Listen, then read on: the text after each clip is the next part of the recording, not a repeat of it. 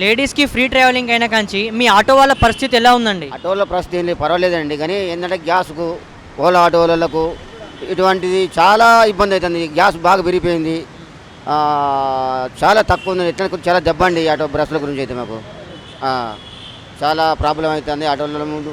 ఎందుకంటే లక్షలు పెట్టి కొనుక్కొని ఫైనాన్స్ తీసుకోవడం వల్ల కొద్దిగా మాకు ఎట్లా ప్రాబ్లం అండి. సాధారణంగా ఈ ఈ ఆర్టీసీ బస్సులో ఉచితమైనటువంటి ప్రయాణం మహిళలకు లేనప్పుడు మీ నెలవారీ సంపాదన ఎలా ఉంటుండే, రోజువారీ ఎలా సంపాదన ఉంటుండే, ఇప్పుడు ఎంత అవుతుంది? నెల అంటే అండి ఇప్పుడు బస్సులు ఫ్రీ లేనప్పుడు నెలకు బరాబరిగా మాకు వచ్చేసేసి రోజు ఒక ఖర్చులు పోను ఒక 500 అవసరం మిగిలేది.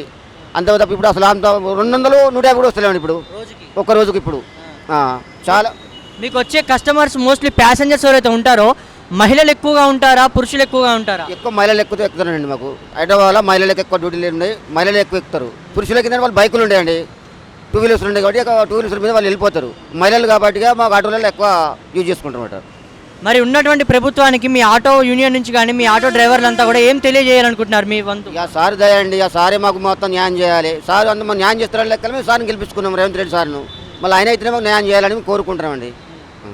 అంటే మహిళలకు ఇచ్చినటువంటి ఆ ఉచిత బస్సు ప్రయాణం ఏదైతే ఉందో ఎఫెక్ట్ ఏం లేదు, కానీ మీకు కూడా ఒక మంచి భరోసా కల్పించాలంటారు. అట్లా మహిళది కరెక్టే, సార్ చేసింది కరెక్టే, కానీ మాకు చాలా అన్యాయం అయిపోతుంది. మాకు ఒక కొత్త పథకాన్ని పెట్టుకోవాలి మా ఆటోలలో ఒక చెడిపోకుండా అట్లా.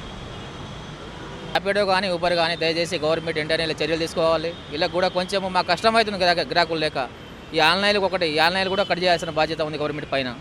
వెంటనే మాత్రం తీస్తే మా వంట కష్టం ఇబ్బంది అవుతుంది. ఈ కాంగ్రెస్ ప్రభుత్వం వాళ్ళు వెంటనే కొంచెం చర్యలు తీసుకోవాలని చెప్పి మా వాదన. అంటే మీకు ఉచిత మహిళల బస్సు ప్రయాణం కంటే కూడా ఊబర్ ర్యాపిడో ఎఫెక్ట్ ఎక్కువ ఊబర్ ర్యాపిడో ఎక్కువ ఉంది. ఊబర్ ర్యాపిడో వెంటనే మాత్రం ఈసారి మాత్రం కాంగ్రెస్ వాళ్ళు మాత్రం జల్దీ తీయాల్సిన అవసరం ఉంది. మహిళలకు ఉచిత ప్రయాణం అంటున్నారు, అలాగే అమలు చేస్తున్నారు. ఇప్పుడు ఎలా ఉంది మీ పరిస్థితి? మా పరిస్థితి అంటే ఫస్ట్ డే సెకండ్ డే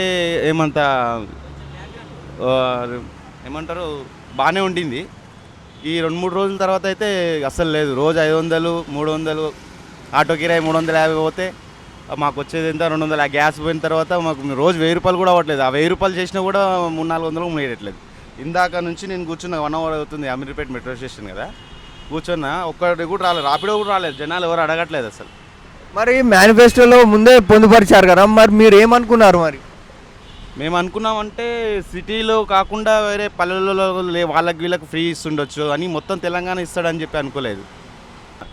అంటే సిటీ బస్సులు కాకుండా డిస్టిక్ బస్సులకు వాళ్ళకి ఉండొచ్చులే, వృద్ధులకు 50 years అబవ్ ఉన్న వాళ్ళకు, వికలాంగులకు వాళ్ళకి ఇట్లా ఇస్తుండొచ్చు అనుకున్నాం. కానీ ఇట్లా మొత్తం తెలంగాణ మొత్తం సిటీ బస్సులు, మెట్రోలు అన్నీ ఫ్రీ పెట్టేస్తే మేము ఎట్లా బతకాలి?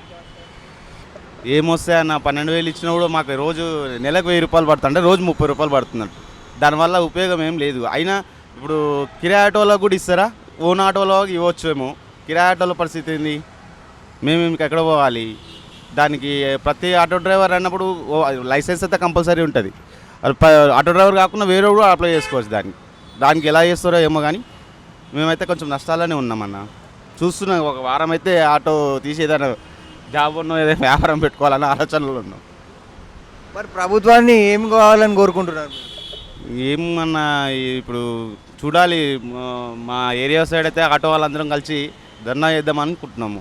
మా జేసీ నాయకులతో మాట్లాడి, ఆటో ప్రెసిడెంట్లు ఉంటారు కదా, వాళ్ళతో కూర్చొని మాట్లాడాలనుకుంటున్నాం. దాన్ని బట్టి డిసైడ్ అవుతుంది. మరి మహిళల నుంచి, ప్రజల నుంచి మంచి రెస్పాన్స్ వస్తుంది, ప్రభుత్వానికి మంచి పేరు వస్తుంది. మరి ఎలా అంటే కొంతమంది ప్యాసింజర్స్ కూర్చున్నారు కదా నా దగ్గర, వాళ్ళు అంటున్నారు కొంచెం ఏంటంటే అందరికి ఫ్రీ పెట్టకూడదు, మీరు కూడా చాలా ఆగమవుతారు కదన్న, అందరికి పెట్టకుండా 50 years వాళ్ళకు, వికలాంగులకు వాళ్ళకు పెడితే బాగుండేనేమో. ఏం కొట్టుకొస్తున్నారు, అందరు ఫుల్ అయిపోతారు బస్సులల్లో. లేడీస్ జుట్లు పట్టుకొని కొడుతున్నారు, వీడియోస్ వస్తున్నాయి కదా, దాంట్లో చూసి చెప్తున్నారు అనమాట అందరు. మరి ప్రభుత్వానికి మంచి పేరు వస్తే తీసేయడానికి అవకాశం ఉండదు కదా? అంటే 50-50 ఛాయిస్ ఉంది. చాలా మంది అయితే ఫ్రీ వస్తున్నాను కావాలని ఎక్కుతున్నారు జనాలు. ఫ్రీ ఉన్నందుకు పని ఉన్నా పని లేకున్నా కూడా ఎక్కి పోతున్నారు అనమాట. మామూలుగా జాబ్ చేసుకున్న చిన్న జాబులు చేసే వాళ్ళు చాలా బాగుందని అంటున్నారు. అదే బస్సులు కూడా ఇన్కరెక్ట్ వస్తలేవు కూడా. అర్జెంట్ ఉన్న వాళ్ళు టైం అయిపోతున్న వాళ్ళు ఆటో ఎక్కుతారు అంతే. షేరింగ్ ఆటోలకు చాలా దెబ్బ. ఈ చిన్న ఆటోల కంటే ఏడో గల్లీలలో పోవాలి కాబట్టి తప్పదు, నడుస్తుండొచ్చు. షేరింగ్ ఆటోలు మాత్రం చాలా దెబ్బ వాళ్ళకి, షేరింగ్ నడిపే వాళ్ళకి. సిటీలో దూరం వైపు ఆటోలు వెళ్తలేవు, ఓన్లీ గల్లీలో మాత్రం వాళ్ళకే ఎక్కుతున్నారు అంటున్నావు. ఇప్పటిదాకా వచ్చిన బస్సులు దిగిరు, లోపల గల్లీలో హాస్పిటల్ ఉంది, హాస్పిటల్ వరకు తీసుకున్నారు, ఎంత 30 రూపాయలు 40 రూపాయలు ఇచ్చారు 1 కిలోమీటర్. ఇంకా అట్లాంటివి వస్తున్నాయి చిన్న చిన్నవి. పెద్ద రాపిడోలో కూడా పెద్ద ఇందాక 10 కిలోమీటర్లు 12 కిలోమీటర్లు వచ్చేటివి, అవి కూడా రావట్లేదు. మాదాపూర్ ఇట్లా జూబ్లీ హిల్స్ ఇట్లా పోయేటివి రావట్లేదు. చార్మినార్ కూడా చాలా మంది చార్మినార్ ఎక్కువ కొడుతున్నాడు రాబ్లో. ఆ చార్మినార్ కూడా బస్సులు అబ్దుల్గంజ్ దగ్గర దిగుతారు, ఆ నుంచి వెళ్ళిపోతారు.